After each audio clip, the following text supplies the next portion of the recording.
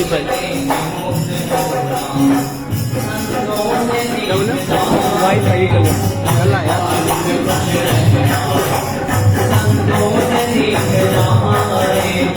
चल रहा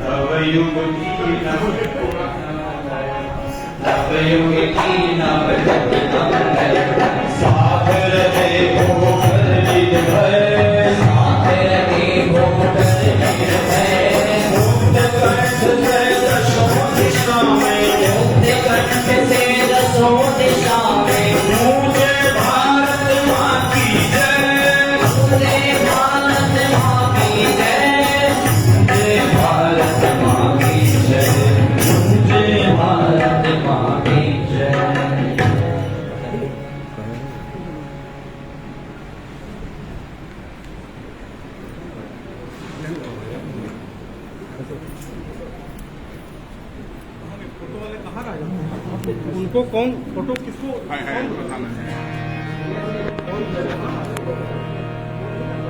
दीप ज्योति परम ज्योति दीप ज्योति परम ज्योति दीप ज्योति जनार्दन दीपो हरतु मे पापम् दीप ज्योति नमोस्तुते शुभं करोतु कल्याणम् आरोग्यं सुख संपदः क्लेशबुद्धि विनाशाय आत्मज्योतिः नमोस्तुते आत्मज्योतिः प्रदीप्ताय ब्रह्मज्योतिः नमोस्तुते ब्रह्मज्योतिः प्रदीप्ताय गुरुज्योतिः नमोस्तुते।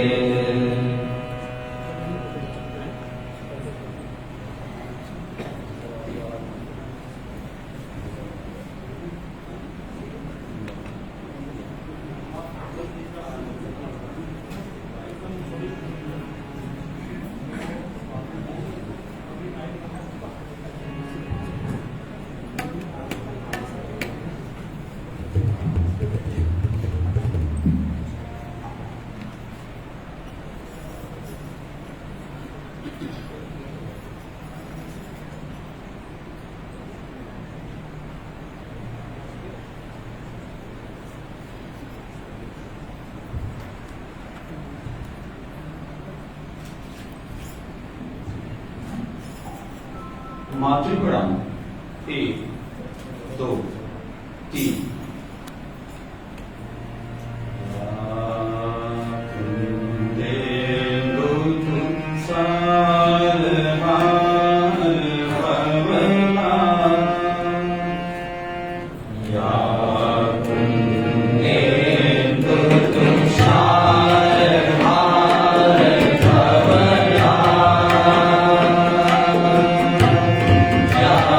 शुभ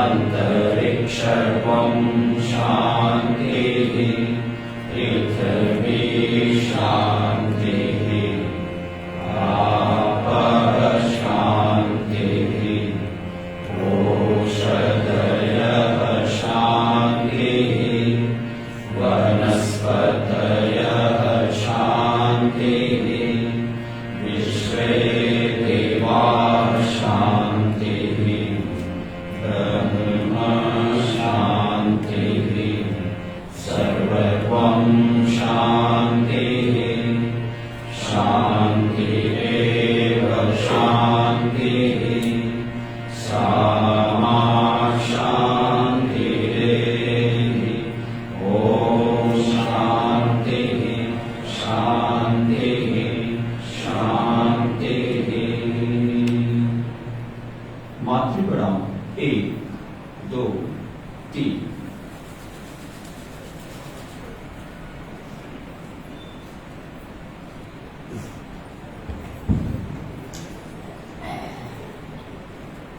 विद्या भारती काशी प्रांत के वार्षिक क्रांति कार्य योजना बैठक में आए हुए सभी प्रतिभागी प्रधानाचार्य बंधु भगिनी सबका स्वागत है।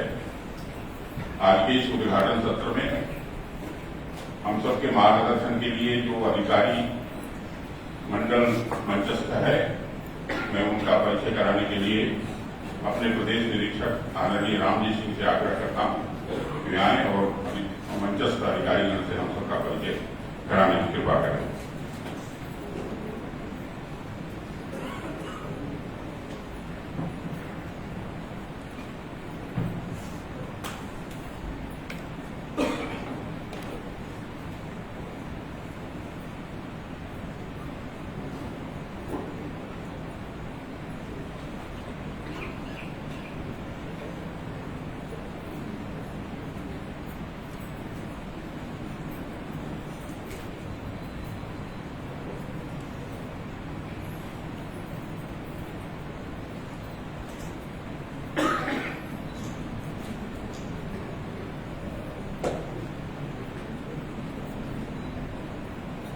महासारथे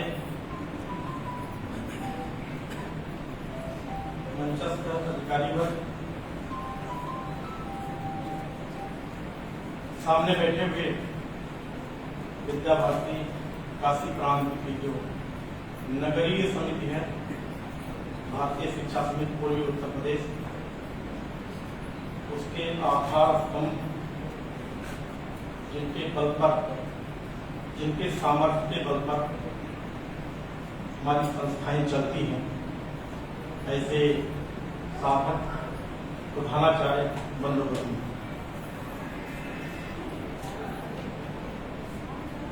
एक लंबे अंतराल के बाद यह अवसर आया कि हम सभी एक साथ बैठ सकें। महामारी के भयावह दौर से गुजरकर और फिर सामान्य होती हुई परिस्थितियां, जब ऐसा लग रहा है कि शायद हम सब उस भीषण दौर से पार पा लेंगे, ऐसे समय में हम सब लोग 2 वर्षों से ज्यादा समय के अंतर पर एक साथ बैठे हुए, लगभग 2.5 वर्ष हो गए। 2019 में यह सम्मेलन मार्च के अंदर हो गया, तो लगभग 2.5 वर्ष बाद हम लोग ऐसे साथ बैठने की स्थिति में आए।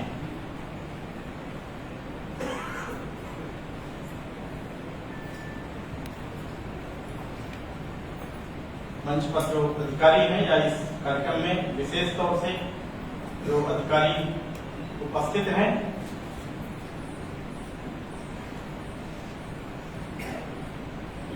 हम सबके लिए सुपरिचित और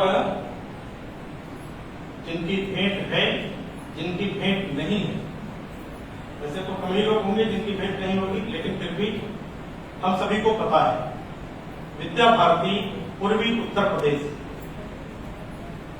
जिनके स्नेहपूर्ण मार्गदर्शन में जिनकी प्रेरणा से गति प्राप्त कर रही है, अपने वैचारिक अधिष्ठान की ओर निरंतर बढ़ने की कोशिश कर रही है। आज के इस सत्र में जिनका हमें मार्गदर्शन अथवा कह सकते हैं बीज वक्तव्य प्राप्त होगा, जिसके आधार पर हम 3 दिन की अपनी यह कार्य योजना बैठक संचालित करेंगे। ऐसे माननीय हेमचंद जी, जो विद्या भारती पूर्वी उत्तर प्रदेश के क्षेत्रीय संगठन मंत्री के नाते दायित्व निर्वहन कर रहे हैं। आदरणीय हेमचंद जी उत्तराखंड प्रांत के रहने वाले, संगठन में प्रारंभिक जीवन में ही संघ का संपर्क आ गया था।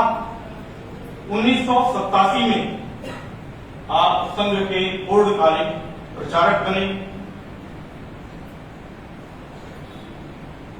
आपका ज्यादा कार्यक्षेत्र प्रचारक के रूप में हिमाचल प्रदेश रहा।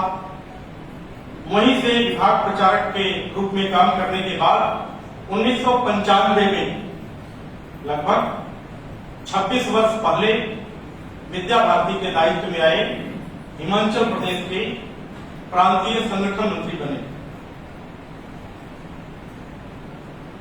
2006 में आप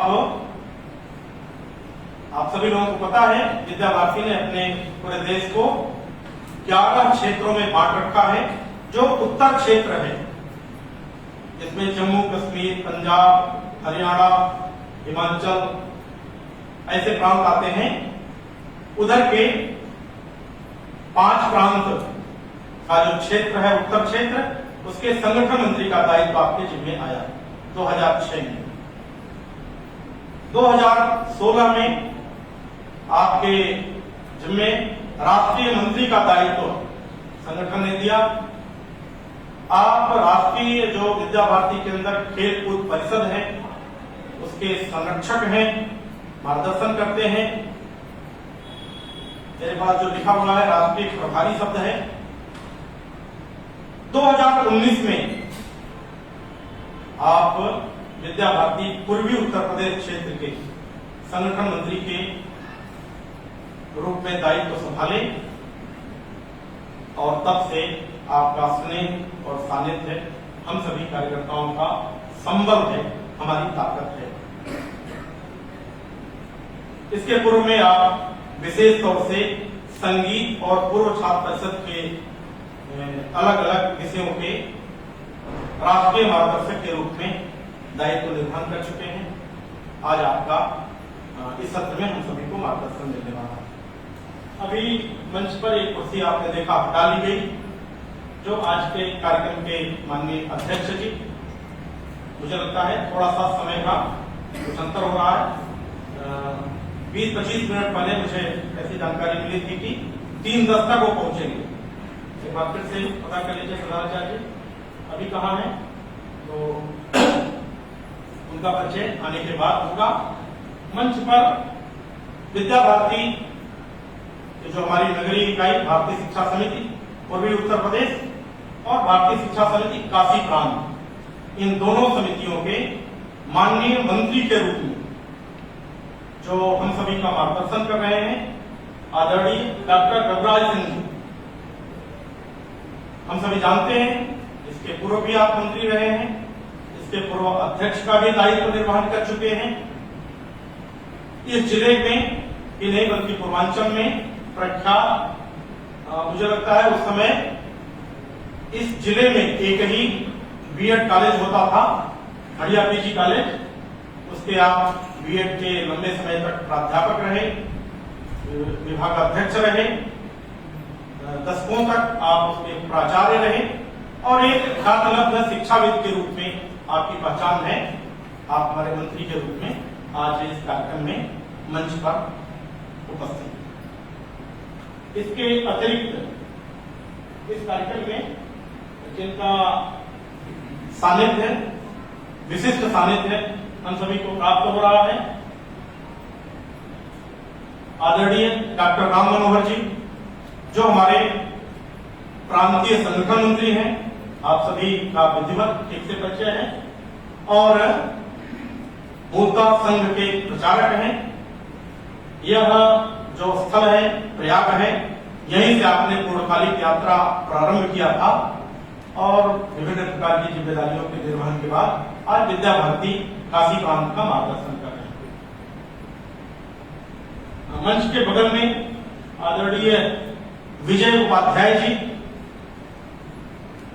प्रयाग जिनका कर्मस्थल रहा है बहुत लंबे दीर्घकाल से, जिन्होंने इस नगर में विद्या भारती की शुरुआती सीढ़ी चढ़कर और फिर प्रदेश निरीक्षक का दायित्व निर्वहन किया है। आज संपूर्ण पूर्वी उत्तर प्रदेश क्षेत्र के शिशु वाटिका प्रमुख के रूप में चारों प्रांतों का मार्गदर्शन कर रहे हैं।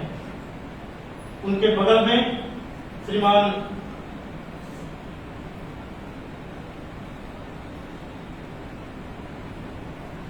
बिल्कुल किनारे शरद जी गुप्त इस कार्यक्रम में उपस्थित हैं। विद्या भारती की जो हमारी नगरीय इकाई है उसके प्रांतीय कोषाध्यक्ष हैं। इस विद्यालय तक के वर्षों लंबे दशकों प्रबंधक के रूप में मार्गदर्शन किए हैं, अध्यक्ष रहे हैं, अभी भी प्रांतीय टोली के कोषाध्यक्ष हैं, और जो गंगापुरी का अपना विद्यालय है अभी कुछ बदलाव हुए उसमें वहां के अध्यक्ष के रूप में विद्यालय का मार्गदर्शन कर रहे हैं आदरणीय शरद जी। उनके बगल में डॉक्टर संजय सिंह जी, आप ट्रिपल आईटी में प्राध्यापक हैं, यहाँ झलवा में स्थित है, हम सभी जानते हैं, और इस विद्यालय के माननीय प्रबंधक जी।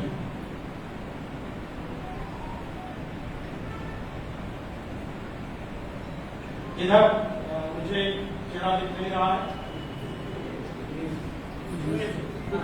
सुरेश श्रीवास्तव जी, सुरेश श्रीवास्तव जी संगठन के बहुत पुराने वरिष्ठ कार्यकर्ता हैं और यहाँ के माननीय कोषाध्यक्ष जी। बिल्कुल बीच में बैठे हुए श्रीमान जगदीश सिंह जी, सही बताऊं मुझे नाम ही भूल गया, ऐसा कई बार होता है जीवन में, जगदीश जी का नाम मुझे याद नहीं आ रहा और इस नाते में उधर सरजी भाई साहब की तरफ शुरू हो गया। तो अपने जगदीश जी जो नित्य हम लोग साथ रहते हैं, अपने क्षेत्र के खेलकूद प्रमुख हैं और हम सभी जानते हैं उनके प्रयत्नों से, उनके कार्यकाल में विद्या भारती पूर्वी उत्तर प्रदेश ने बहुत सारी उपलब्धियां खेल के क्षेत्र में प्राप्त किया है।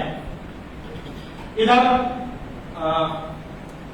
दरवाजे के बगल में आदरणीय चमन जी भार्गव इस समय इस विद्यालय के माननीय अध्यक्ष हैं।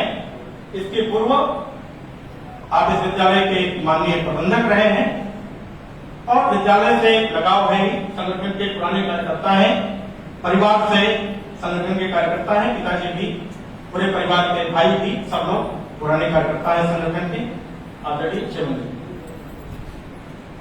उनके बगल में श्रीमान दयाराम यादव जी हैं जो संभाग निरीक्षक हैं, हम सभी परिचित हैं, और इधर जो कार्यक्रम का संचालन कर रहे हैं श्रीमान गोपाल तिवारी जी जो संभाग निरीक्षक हैं। मुझे लग रहा है परिचय थोड़ा मैंने लंबा कर दिया, उसका लाभ रहा। जो आज के इस कार्यक्रम में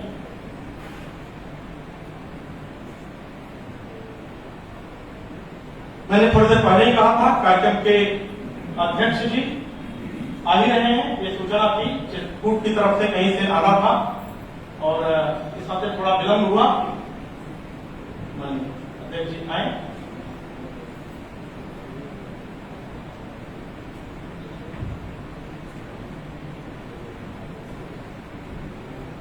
श्रीमान प्रिंस पीयूष कुमार दुबे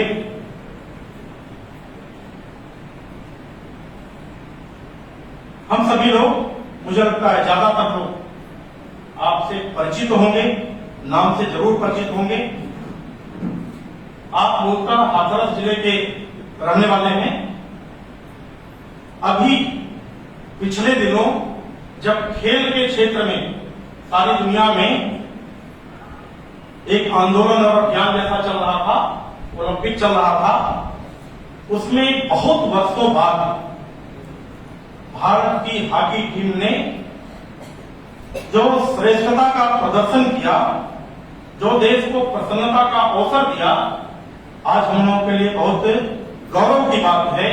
उस भारतीय हॉकी टीम के कोच के रूप में, बिल्कुल युवा है, देखिए लगता नहीं कैसे सीनियर होंगे, लेकिन कोच के रूप में जिन्होंने भारतीय हॉकी टीम को वैश्विक प्रतिस्पर्धा में जो शिखर पर बैठे लोग हैं उनके सामने टक्कर मिला दिया, इतनी बड़ी उपलब्धियां दिलाने का अगर किसी एक व्यक्ति को श्रेय दिया जा सकता है तो श्रीमान प्रिंस पीयूष कुमार दुबे जी हैं।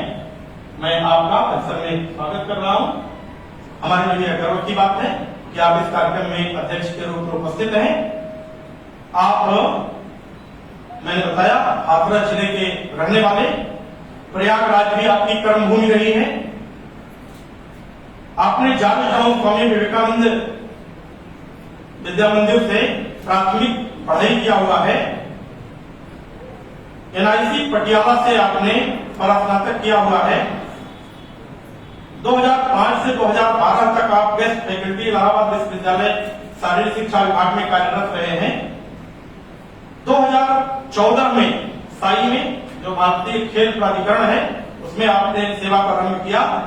जूनियर एशियन टीम के कोच रहे हैं, junior Asia team Asian cup के कोच रहे हैं।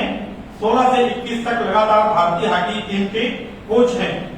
5 वर्षों से आप इस प्रकार का मार्गदर्शन कर रहे हैं और हम सभी जानते हैं कि आपके मार्गदर्शन में भारतीय हॉकी टीम ने टोक्यो ओलंपिक में कांस्य से पदक प्राप्त किया। और बहुत खास है, जब हम लोग टीवी पर देख रहे थे और खिलाड़ी कह रहे थे कि सारी दुनिया के खिलाड़ी उसमें चौंकते थे जब उन्हें पता चलता था कि टोक्यो में मौजूद खिलाड़ी और उनके कोच से भारत के प्रधानमंत्री सीधे वहां हालचाल लेते थे। मुझे यह जानकारी है कि उसमें श्रीमान पीयूष दुबे जी भी हैं, जिनसे प्रधानमंत्री सीधे फोन करके और हालचाल लेते थे और उत्साह बढ़ाते थे। ऐसे विशिष्ट व्यक्ति हमारे बीच में हैं। आपका बहुत बहुत स्वागत है। बंधु, हम सभी जानते हैं, हम सब एक वैचारिक अधिष्ठान के कार्यकर्ता हैं। हम केवल शिक्षक नहीं हैं, हम केवल प्रिंसिपल नहीं हैं, हम एक योद्धा हैं जो अपने राष्ट्रीय विचारधारा के लिए, विश्व कल्याणकारी भारत माता की जय विजय के लिए अहरनिश काम करने वाले लोग हैं। हमने शिक्षा का विशेष क्षेत्र चुना है।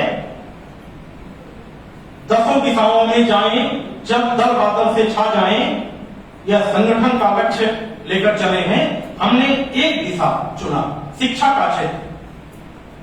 भयंकर महामारी के भयावह त्रास को झेलकर, उससे उबरकर, जिसमें हमने बहुत सारे अपनों को गंवा दिया, कई लोगों को आज यहां होना चाहिए था, बहुत कष्ट के साथ उस चेहरे को याद कर रहा हूं जो आज यहां होते, हम सब मिलकर बहुत अच्छा लगता, आज यहां नहीं है। ऐसी त्रासदी से गुजर कर आए। लेकिन एक बार फिर मैं आपको बहुत बहुत बधाई देता हूं। बहुत सारे मित्र हैं जिनसे आंखें मिलाने में आंखों की चमक बढ़ जाती है, और कई मित्र हैं जिनसे आंखें मिलाने में मेरी अपनी आंखें झुकती हैं। इसलिए झुकती हैं कि जब भीषण दौर था तो जो हमारी भूमिका थी हम वो नहीं कर पाए। फिर भी ये मूर्तियां, ये देव मूर्तियां, ये दुर्लभ देव मूर्तियां कहीं बहुत प्रतिष्ठापूर्ण भवन में चलता हुआ विद्यालय और कहीं बहुत छोटे से परिसर में एक योद्धा की तरह झंडा गाड़कर, संगठन का ध्वज लेकर, विद्या भारती की विचारधारा को लेकर जमे रहे, टिके रहे, पड़े रहे। लोग पूछते थे, घर वाले भी पूछते थे, क्यों नहीं चले आते हैं, कुछ नहीं मिल रहा है तो क्यों विद्यालय में पढ़े हैं। समाज को भी जवाब देकर, अपने घर वालों को भी जवाब देकर, हम लोगों को भी कहकर, नहीं भाई साहब परेशान मत होइए, जो कर सकिएगा करिएगा, मैं यहाँ के घटा हूं। आप सभी का, ऐसे सब मित्रों का, ऐसे सब योद्धा कार्यकर्ताओं का मैं आज 2 वर्ष बाद होने वाले इस कार्यक्रम में एक बार फिर से स्वागत कर रहा हूं और आशा करता हूं कि आज इस उद्घाटन सत्र में माननीय संगठन मंत्री का जो हम सभी को मार्गदर्शन मिलेगा, उस मार्गदर्शन के आलोक में हम सब 3 योजनाएं बनाएंगे और उन योजनाओं को लेकर जाएंगे, अपने यहाँ क्रियान्वित करेंगे और जो हमारी गति थी, जो बाधा आई थी, जिस तरह बाधा दौड़ को पार करके हम कई बार बाधा दौड़ जीतते हैं, उसी प्रकार से इस बाधा को भी पार करके हम कल फिर विजयी होंगे, कल फिर उसी उत्साह और जोश के साथ आगे बढ़ सकेंगे, यह विश्वास करते हुए मैं अपनी बात पूरी करता हूं और संचालक महोदय से आग्रह करता हूं, मुझे तो जो आधा काम जिम्मे दिया था वो काम आप पूरा करें।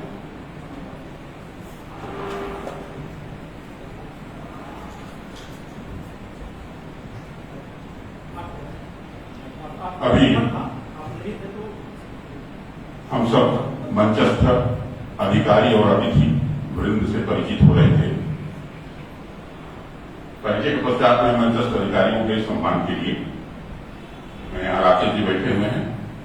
सर्वप्रथम मैं आदरणीय संगठन मंत्री जी के सम्मान के लिए मैं श्रीमान शरद जी गुप्त से आग्रह करूंगा कि वे अंग वस्त्र और श्रीफल प्रदान कर, स्मृति चिन्ह प्रदान करके संगठन मंत्री जी का सम्मान करने के बाद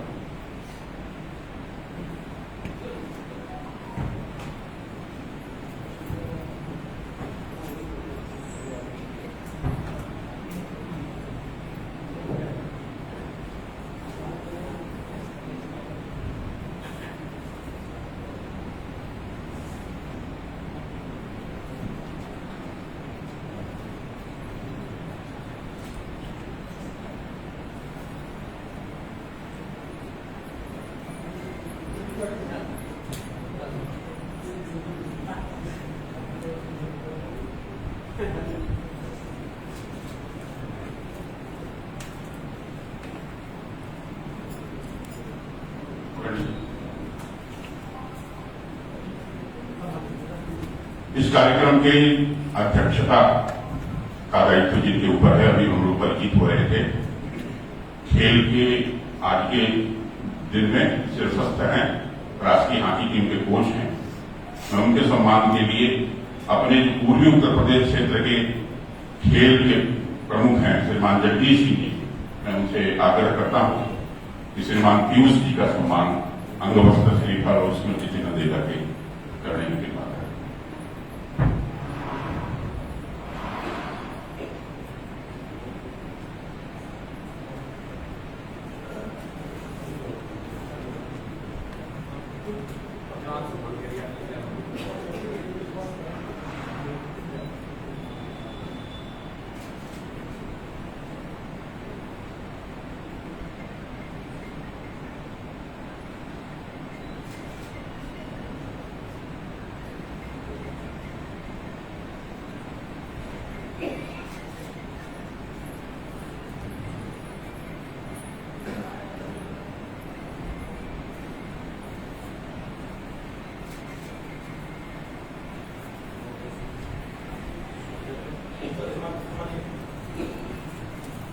इस विद्यालय के आदरणीय अध्यक्ष श्रीमान जयमोहन भार्गव जी उपस्थित हैं। मैं आपसे आग्रह करता हूं कि भारतीय शिक्षा समिति पूर्वी उत्तर प्रदेश के आदरणीय मंत्री डॉक्टर अनुराग सिंह जी का सम्मान करने की बात है।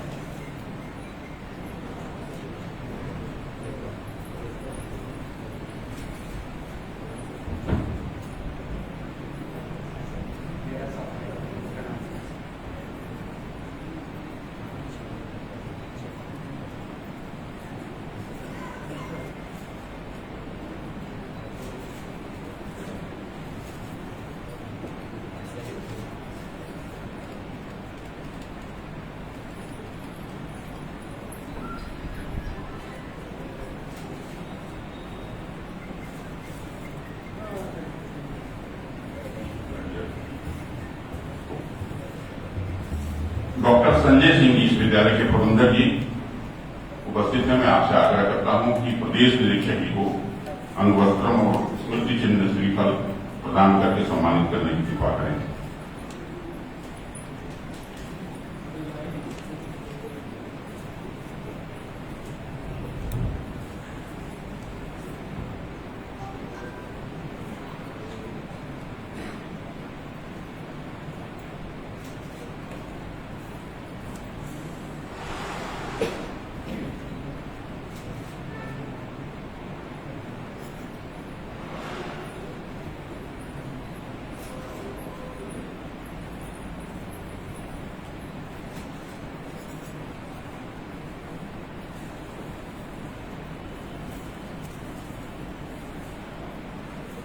सम्मान के इस कार्यक्रम के क्रम में ही एक परिचय और कराना चाहूंगा। इस सभागार में उपस्थित हैं डॉक्टर अर्चना चहल जी। आप इलाहाबाद विश्वविद्यालय के शारीरिक विभाग के विभाग अध्यक्ष हैं और ज्वाला देवी सरस्वती विद्या मंदिर इंटर कॉलेज की जो प्रबंध समिति है उसकी कार्यकारिणी के आदरणीय सदस्य हैं। मैं आपका भी इस कार्यक्रम में हार्दिक स्वागत, वंदन और अभिनंदन करता हूं।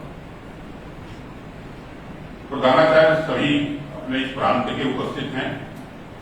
हम सभी आचार्य हैं, हम सभी मार्गदर्शक हैं, हम सभी नेतृत्वकर्ता हैं और हम सभी अपनी टीम के मेंटर हैं। और सौभाग्य है कि एक ऐसा मेंटर आज मंचस्थ है जो हमारे इस कार्यक्रम की अध्यक्षता कर रहे हैं।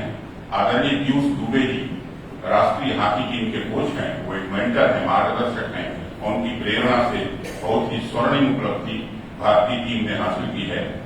आज के अध्यक्ष आदरणीय पीयूष दुबे जी से मैं आग्रह करता हूं कि अपने अध्यक्षीय उद्बोधन से हम सबका मार्गदर्शन करें।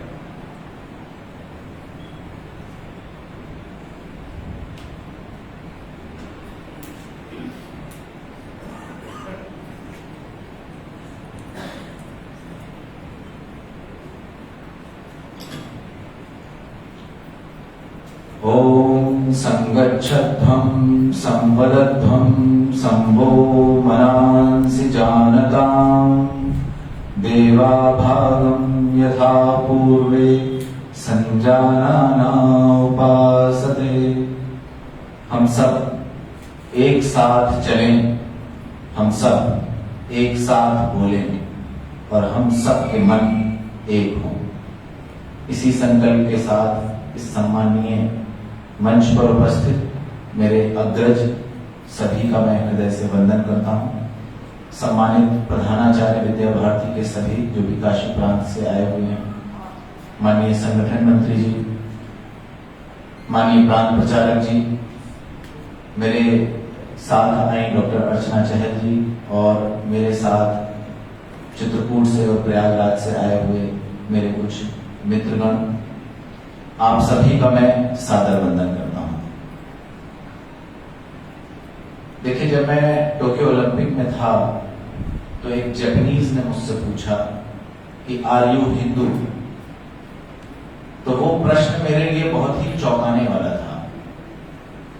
चौंकाने वाला इसलिए था और गर्वित करने वाला भी था, और उसका एक सहज कारण ये भी था कि शायद मैं जो भी प्रतीक चिन्ह धारण करता हूं उससे सदैव ये परिलक्षित होता है कि मैं किस सनातन संस्कृति का वंशज हूं।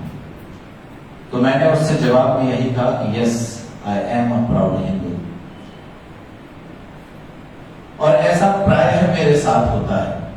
मैं एक बार इंग्लैंड में था, यूनिवर्सिटी ऑफ बर्मिंघम, तो वहां के जो वाइस चांसलर महोदय हैं, उन्होंने दीक्षांत समारोह के लिए ड्रेस कोड नियुक्त किया और उन्होंने कहा कि आपको फॉर्मल ड्रेस में आना है। सामान्यतः तो मैं चला जाता कैसे भी, लेकिन जब उन्होंने शब्द कोड कर दिया कि फॉर्मल ड्रेस में आना है, तो बाकी सभी लोग कोट पैंट और टाई लगा कर गए। मैं धोती कुर्ता और पटका पहन कर गया और वहां मुझसे मेरे ही कुछ भारतीय मित्रों ने कहा कि अरे, उन्होंने तो फॉर्मल ड्रेस कहा है, आप ये क्या पहन कर आ गए। तो मैंने कहा कि मैं अपने भारत की फॉर्मल ड्रेस पहनकर आया हूं, क्योंकि उन्होंने फॉर्मल ड्रेस कहा था, उन्होंने ये नहीं कहा था कि आम फॉर्मल ड्रेस पहनकर आना है, इसलिए मैं अपने देश की फॉर्मल ड्रेस पहनकर जा रहा हूं। तो ये प्रायः मेरे साथ होता है, और कहीं ना कहीं ये जो संस्कार हैं ये मुझे मेरे माता पिता से, मेरे गुरु से प्राप्त हुए हैं, और शायद इस मातृभूमि की चरण रज में भी वो शक्ति घुली मिली है कि यदि आप किसी एक पथ पर चलने का संकल्प लेते हैं तो शायद प्राकृतिक रूप से वह आपकी सहायता भी करती है।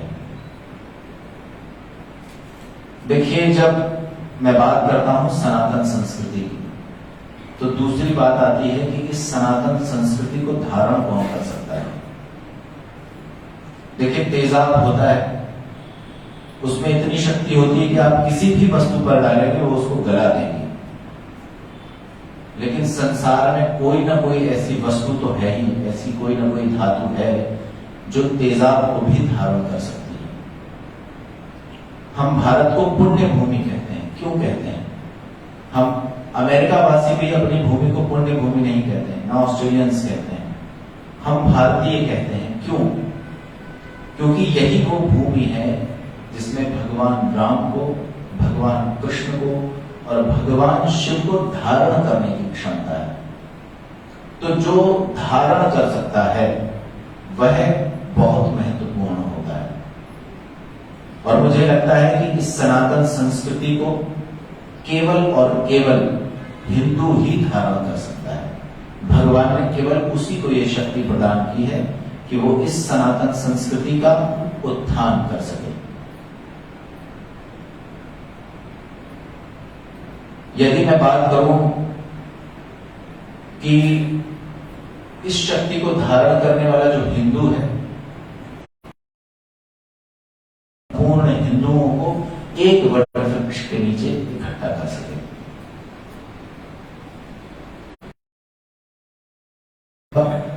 बहुत हृदय से आदर करता हूं, और आदर इसलिए करता हूं क्योंकि मैं उन्हें एक सैनिक की श्रेणी में, एक संत की श्रेणी में और एक खिलाड़ी की श्रेणी में रखता हूं। उसका भी एक बहुत महत्वपूर्ण कारण है, क्योंकि ये तीनों ही, ये चारों ही लोग जो हैं वो कहीं ना कहीं अपने राष्ट्र के लिए ही समर्पित रहते हैं, और उनमें भी विशेषकर जो संघ के प्रचारक हैं, जो खिलाड़ी है, आज संपूर्ण देश में, अभी तो संपूर्ण विश्व में आज हमें सम्मान मिल रहा है, हमारी ख्याति हो रही है। सैनिक भी जब वह उसका वो बलिदान दे देता है, या बलिदान न भी दे, बलिदान बहुत अल्टीमेट शब्द है, तो भी उसका समाज में एक सम्मान है। लेकिन मुझे ऐसा लगता है कि जो प्रचारक हैं वो शायद पर्दे के पीछे रहते हुए संपूर्ण जीवन इस मातृभूमि की सेवा में, इस राष्ट्र की सेवा में समर्पित कर देते हैं। इसलिए मैं उनका हृदय से बहुत आदर करता हूं। यदि मैं अपने टोक्यो ओलंपिक की जर्नी थोड़ी सी आपके साथ शेयर करूं, जिसके मुझे बुलाया गया, यदि समय सीमा का अतिक्रमण ना हो रहा हो तो। देखिए, ये जो टोक्यो ओलंपिक था ये सदैव इतिहास में दर्ज रहेगा, और उसका एक विशेष कारण है क्योंकि ये ओलंपिक बहुत ही कठिन परिस्थितियों का ओलंपिक था। खासकर इस कोविड सिचुएशन के आने के बाद प्रायः जो ओलंपिक होते हैं उनका जो साइकिल होता है, उनका जो चक्र होता है वो 4 साल का होता है, और उसी के अनुसार हम पीरियडाइजेशन करते हैं, क्योंकि हमें प्लेयर का जो पीक परफॉर्मेंस लेना होता है वो हम इस ढंग से पीरियडाइजेशन करते हैं, प्लानिंग करते हैं कि वो हमें ठीक ओलंपिक में प्राप्त हो। यदि हमारी प्लानिंग गड़बड़ हो गई, योजना गड़बड़ हो गई, तो कई बार ओलंपिक के बाद या ओलंपिक से पहले ही प्लेयर जो है वो एग्जॉस्ट हो जाता है। तो इस बार 4 साल का ओलंपिक की जगह 5 वर्ष का ओलंपिक हो गया, और वो दिन कब हुआ? जब केवल 3 या 4 महीने शेष थे, 2020 मार्च में। और उस समय तक हम अपनी तैयारी के उस दौर में थे जहां हम दुनिया की सभी अच्छी टीमों को हरा चुके थे, चाहे वो ऑस्ट्रेलिया हो, चाहे वो नेदरलैंड हो, चाहे वो बेल्जियम हो। इन सभी टीमों को भारतीय हॉकी टीम प्रो लीग में हरा चुकी थी। तो हम आत्मविश्वास से भरे हुए थे और बिल्कुल हमारी तैयारी थी कि हम ओलंपिक में जाएंगे और निश्चित पदक जीतकर आएंगे। लेकिन अचानक से ये कोविड की सिचुएशन आ गई और हमसे कह दिया गया कि अब आपको अपने कमरों के अंदर रहना है और आप अपने द्वार से बाहर नहीं आ सकते। तो वो जो परिस्थिति थी वो हमारे लिए भी बिल्कुल नहीं थी और खिलाड़ियों के लिए भी बिल्कुल नहीं थी। हमें ये नहीं समझ में आ रहा था कि इस परिस्थिति से हम कैसे निकलें। तो वहां मैं हमारे देश के यशस्वी प्रधानमंत्री माननीय नरेंद्र मोदी जी का हृदय से आभार व्यक्त करता हूं कि उन्होंने पहल लेते हुए हमारे लिए स्पेशल इंतजाम कराए और हमें ये अलाउ किया गया कि आप प्रैक्टिस कर सकते हैं। तो अब हम प्रैक्टिस करते थे, अपने रूम में आते थे और भोजन करते थे, बस इतनी ही लिमिटेशन थी। 100 एकड़ का क्षेत्र था साई बेंगलोर का, जहां हम 15 महीने तक लगातार बंद रहे। कोविड सिचुएशन थी तो बायो बबल क्रिएट किया गया, वर्ल्ड की सारी फैसिलिटीज हमें मुहैया कराई गई, अलग से हमारे लिए शेफ का इंतजाम किया गया, वो सारी सुविधाएं थी। लेकिन 3 महीने हो गए हमें लगातार अभ्यास करते हुए। अब होता क्या है कि जब परीक्षा जो परीक्षार्थी होता है, यदि वो केवल अध्ययन करता रहे तो उसको अपना मूल्यांकन नहीं होता है, इसीलिए परीक्षाओं का आयोजन किया जाता है और उसमें केवल परीक्षार्थी नहीं अपितु शिक्षक का भी मूल्यांकन होता है। उसे भी ये पता चलता है जब उसका शिक्षार्थी सफल अंकों के साथ पास होता है या फेल होता है, तो उसे पता चलता है कि मैंने कितना इसको मार्गदर्शन दिया है, कितनी अच्छी शिक्षा दी है, और शिक्षार्थी को तो पता चलता ही है। अब हमारे साथ जो सबसे बड़ी चुनौती थी वो ये थी कि हमारे पास कोई भी कंपटीशन नहीं था और हम कितना अभ्यास करते।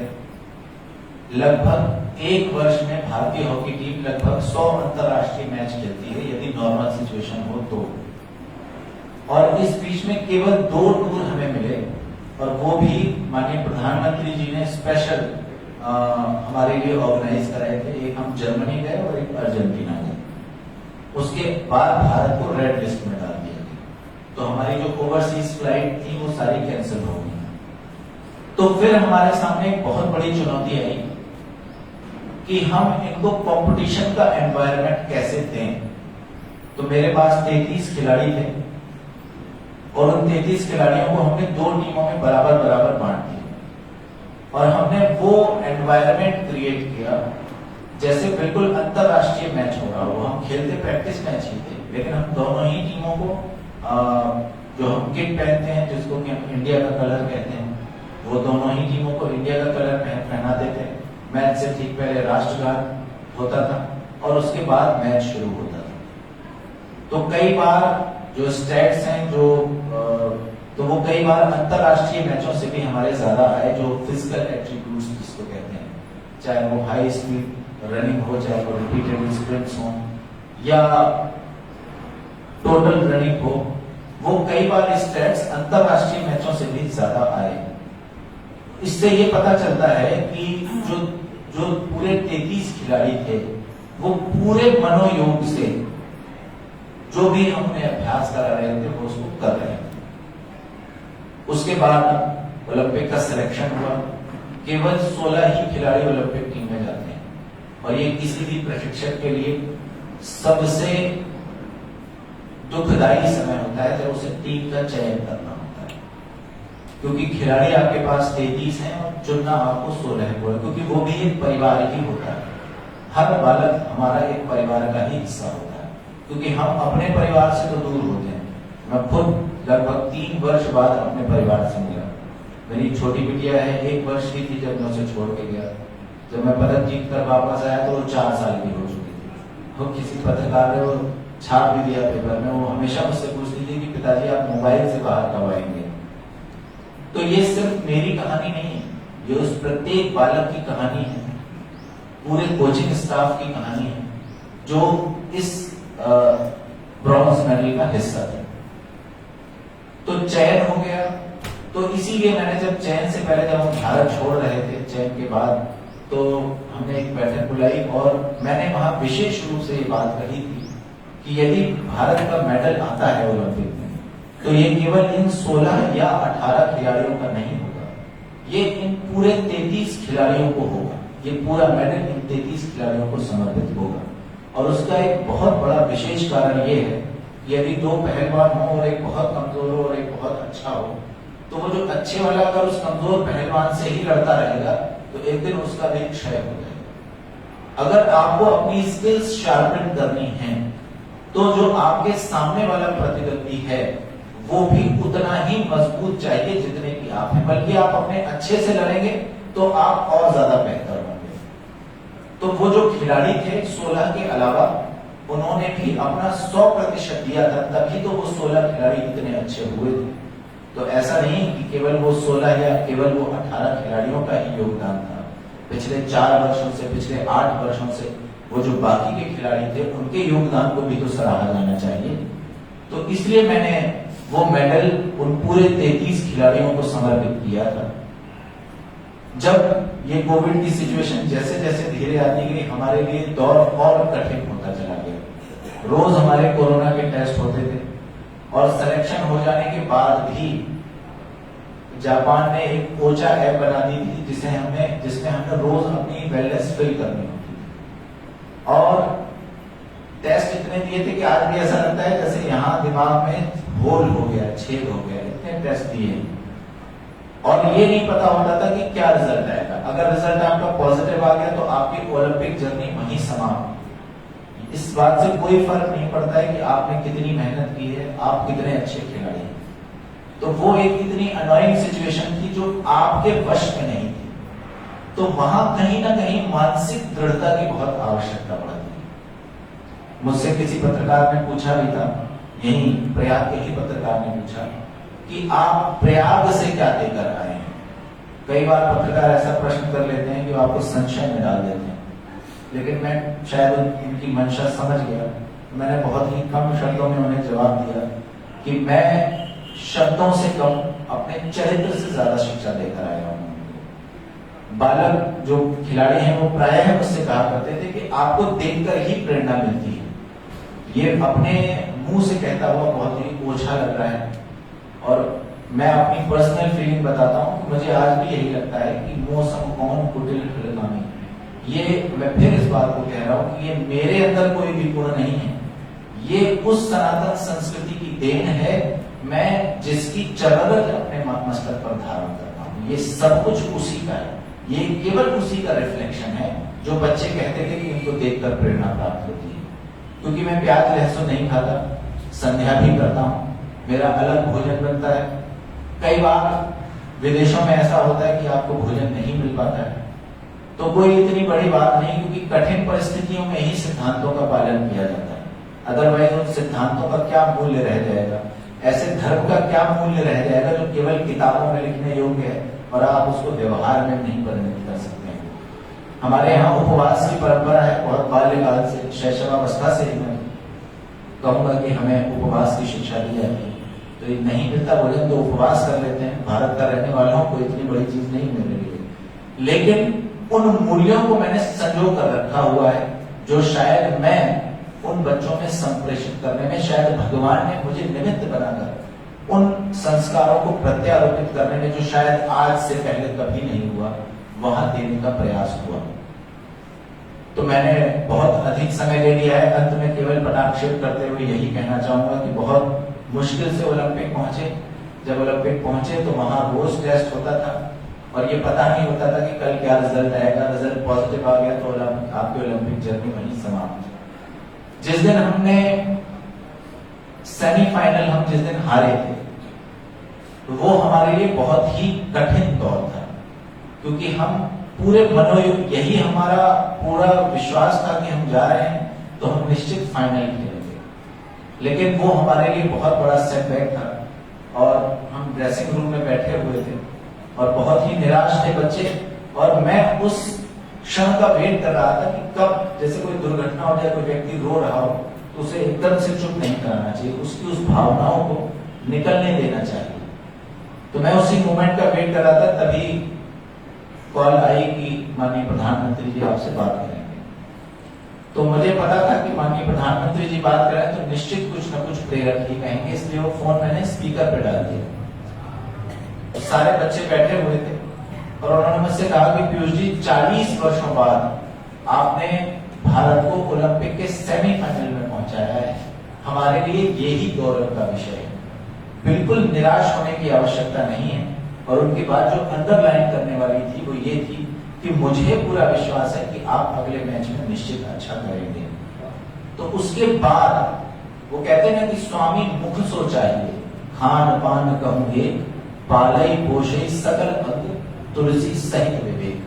हम मुख से ग्रास ग्रहण करते हैं, लेकिन ऐसा तो नहीं कि केवल हमारा मुख बलिष्ठ होता हो, वो विवेक पूर्ण ढंग से शरीर के प्रत्येक अंग का विकास करता है। और ऐसा ही मुझे लगता है कि देश के यशस्वी प्रधानमंत्री माननीय नरेंद्र मोदी जी वो कार्य कर रहे हैं। क्योंकि जब कोई अभिभावक, और ये बात मैं इस मंच से जरूर कहना चाहूंगा क्योंकि यहाँ बहुत ही समृद्ध, मानसिक रूप से समृद्ध समाज बैठा हुआ है, कि जब कोई अभिभावक या शिक्षक अपने बालक को, अपने शिक्षार्थी को यह छूट देता है कि वो गलती कर सके, तो उसका जो विकास होता है वो बहुत ही अच्छा विकास होता है उसका। क्यों? क्योंकि वो अपने पूर्व जन्म के संस्कार लेकर इस धरा पर आया है, उसके कुछ गुण उसमें पहले से ही विद्यमान है। यदि हम सब कुछ उसको निर्देशित ही कर देंगे तो हम उसको मशीन बना देंगे। जब कोई ऐसी सिचुएशन आएगी जहां उसे खुद निर्णय लेना है तो वो वहां फेल हो जाएगा, क्योंकि उसने शुरू से उसको यही डाला गया कि जो निर्देश मिलेगा वही पालन करना है। तो आप सभी यहाँ पर बहुत ही सभी प्रधानाचार्य यहाँ पर बैठे हुए, तो आप एक ये विशेष बात अपने शिक्षकों से कह सकते हैं कि अपने विद्यार्थियों को गलती करने की छूट प्रदान करें। मैं प्रशिक्षकों से भी ये कहता हूं कि वो खिलाड़ियों को गलती करने की, उसको हारने की छूट प्रदान करें। हमेशा नहीं जीतता है व्यक्ति, ऐसा नहीं होता, ये बहुत ही अव्यवहारिक बात है। हम 40 वर्षों तक आए, उसके बाद 41वें वर्ष में जाकर हम जीते, तो 40 वर्षों के हार का जो अनुभव है हमारे पास वो हमारे बहुत काम आएगा। पहले कहा जाता था कि भारत जो है वो उतना फिट टीम नहीं है हॉकी की।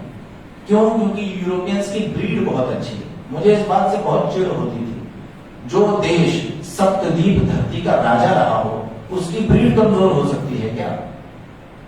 कहीं ना कहीं कमी रह जाती है प्लानिंग में।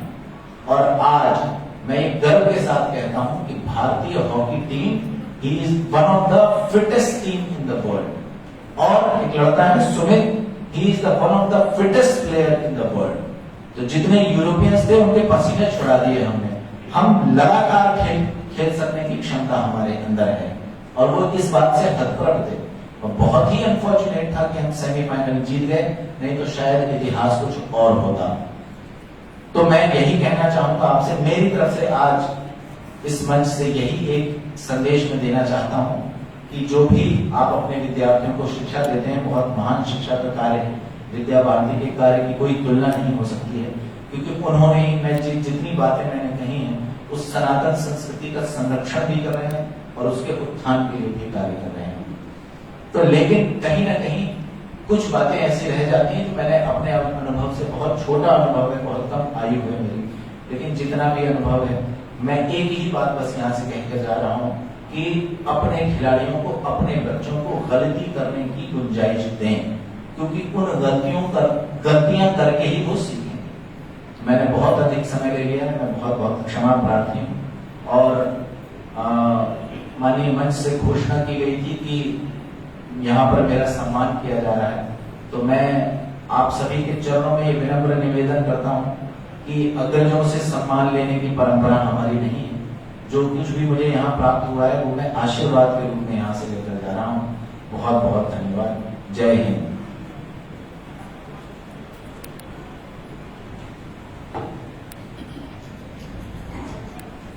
धन्यवाद आदरणीय पीयूष जी।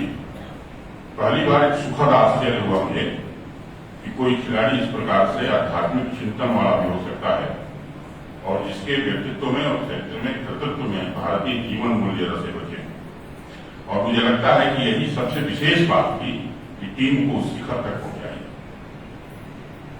आज हम जिसके लिए बैठे हैं, हम सबको मार्गदर्शन प्राप्त होने वाला है आदरणीय संगठन मंत्री जी का। उससे पहले मैं श्रीमान राम जी मिश्र को आमंत्रित करता हूं कि अपने लेकर गीत प्रस्तुत करें। तत्पश्चात हम सबको संगठन मंत्री जी का मार्गदर्शन प्राप्त होगा।